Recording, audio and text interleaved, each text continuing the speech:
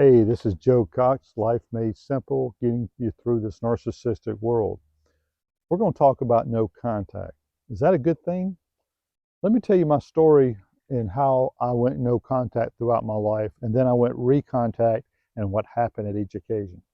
So at 16 years old, I left home after my mother remarried, and it wasn't pretty. But I moved into my grandmother's cinder block basement, no heat, no air, one light switch, one electrical outlet, concrete floor.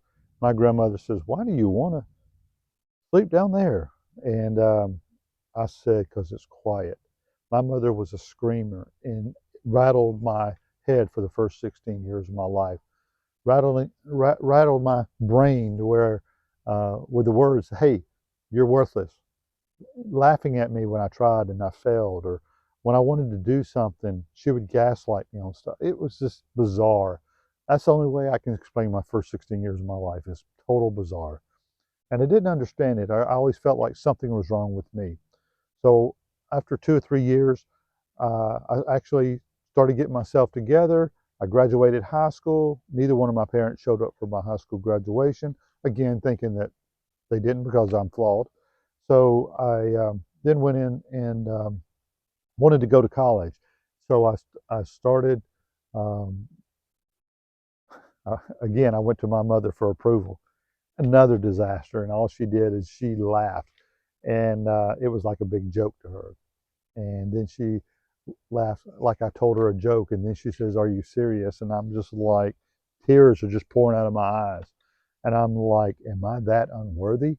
See, I didn't look at them and saying that's mean. It was all about my worthiness. Um, I think a lot of people will be able to relate to that. Now, looking back and talking to people, I think that's very common because as kids, we hold stuff in and we hold on to that as adults. And it's not until we learn to release these emotions, which I call trapped emotions, and we'll talk about that more. But as we're going through life, so I got her back out of my life. It took me a year because I graduated high school reading at the fifth grade level, so I had to take 9 courses just to even qualify to get into college, which I did.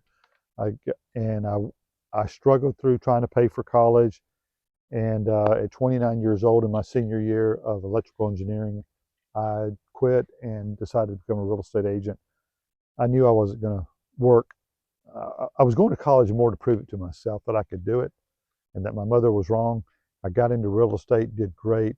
Within 5 years, I had 28 rental properties. I was thriving, a couple $100,000 a year, and but I had such an emptiness, a hollow place in me. And during that 5 years, this is what I want to point out. During that 5 years, I had next to zero contact with either one of my parents. My father had gotten transferred in his job to Alabama, so I didn't hardly see my father, and my mother. I don't think I spoke to her any during that time.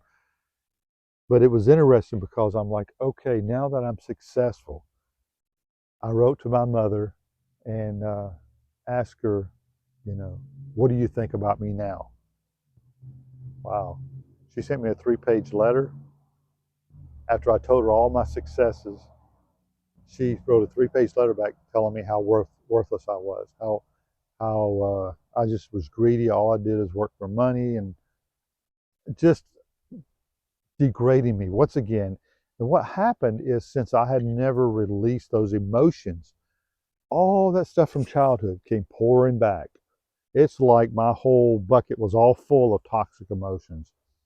And I slowly fell right back into a toxic relationship and fell into a dark night of the soul, just one thing after the other. And I fell. I had to get out of real estate. I couldn't function. Nobody was there to say, "Hey, Joe, are you doing okay?" See, functional families do that. They have connection with each other and they kind of know when somebody's off or maybe they need some help. And what I realized is that nobody cared. My parents didn't care. My grandmother had passed away, and my siblings, I didn't realize that they were struggling. So they couldn't help me if they're struggling. So I fell into this deep night of the soul that lasted for 12 years. And so finally, after 12 years, th things started to open up to me. Things started to, I kept looking for answers. I kept looking for answers.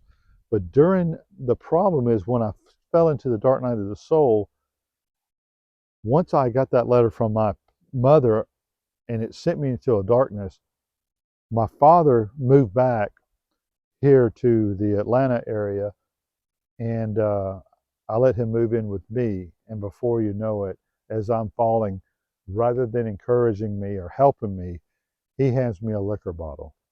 So it gets darker from there. And I had nobody to stop me. Not only that, my own father was encouraging my demise. I did not realize that him and my brother had plotted, and they took my house from me. They deeded it out of my name over to their name, and my, it just got worse and worse. So when I hit rock bottom, I was next to homelessness, and I was things just started happening, and I'm not sure exactly, other than the fact I think this was the deciding factor that really started changing things. Because I hit rock bottom, I was always trying to control my own life. I was always trying to be worthy to my parents. And these are the two factors. One was I turned it over. I'm like, I can't do this by myself anymore. You know, I tried to be self sufficient, tried to be, do it all on my own, but I can't. I turn it over to God, the universe, whatever you want to call it, your higher power. And I just said, whatever will be, will be.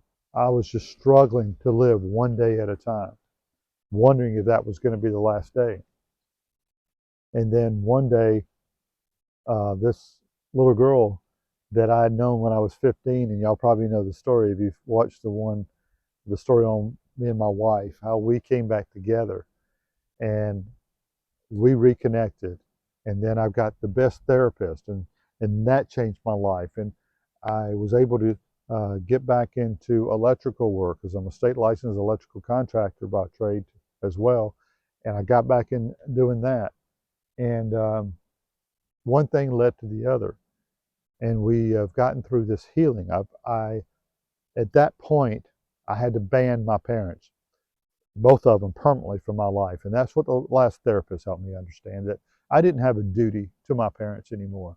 Or really, the way they treated me, I probably never had a duty of contact with them, because they were supposed to protect me.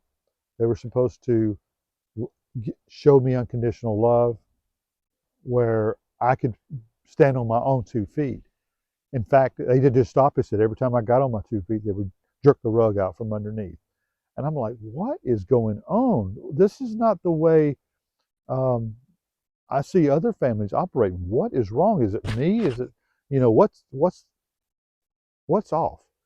And this is way before I really understood narcissism. I really started learning about narcissism about 10 years ago, about the time I turned 50. And that's when I started seeing it all. And that's when my healing started. And me and my wife came together about the time I turned 51. And it was like all uphill from there. And a couple of years ago, I was number one back in my real estate office.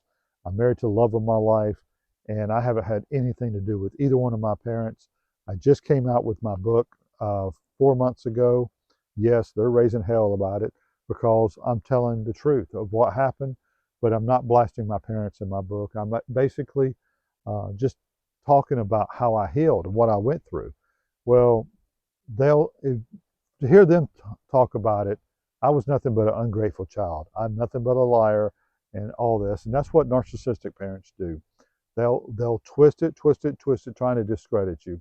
That's so I don't have much to do with a lot of my extended family either, because of the triangulation and the gaslighting that's happened so long. But fortunately, the family I'm married into, they're very loving, very kind, and they've shown me a lot of unconditional love that I've never had before. So I want to make sure that I help you understand that your parents Going no contact is probably the best thing to do if you've tried everything else. Do not feel guilty about going no contact. And if your parents get older and they're by themselves and they're sad and they're living a dysfunctional life and they want you to come back into it, you don't have a duty to go back into that toxicity. If they want to heal on their own and they want to start changing, but I'm going to tell you this, I've personally never known anybody to change, because you live that long at a certain consciousness level without growing, you're going to be there. It's almost impossible.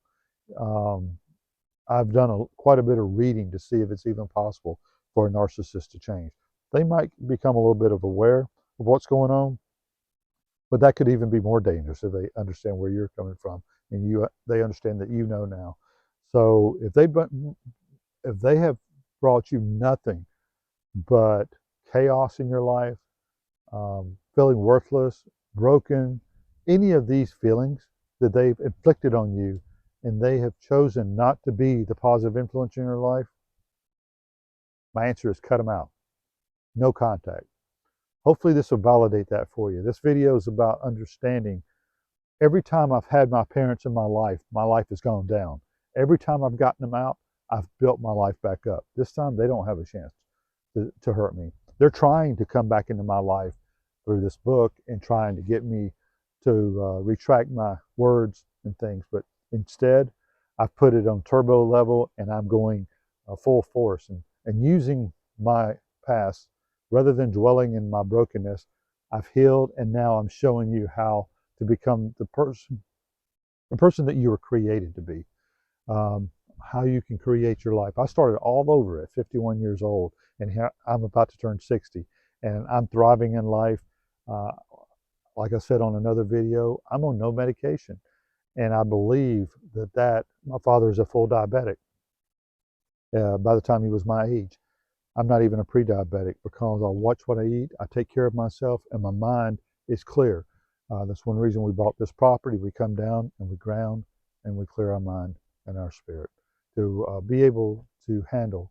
But most of all, hopefully, let me know what you think about this video. Like and subscribe if you haven't already, and I wish you nothing but blessings, and hopefully this helps you out. If you have any questions about the no contact, leave them in the comments below, but I'll respond to everyone. You take care. Wish you nothing but blessings. Bye-bye.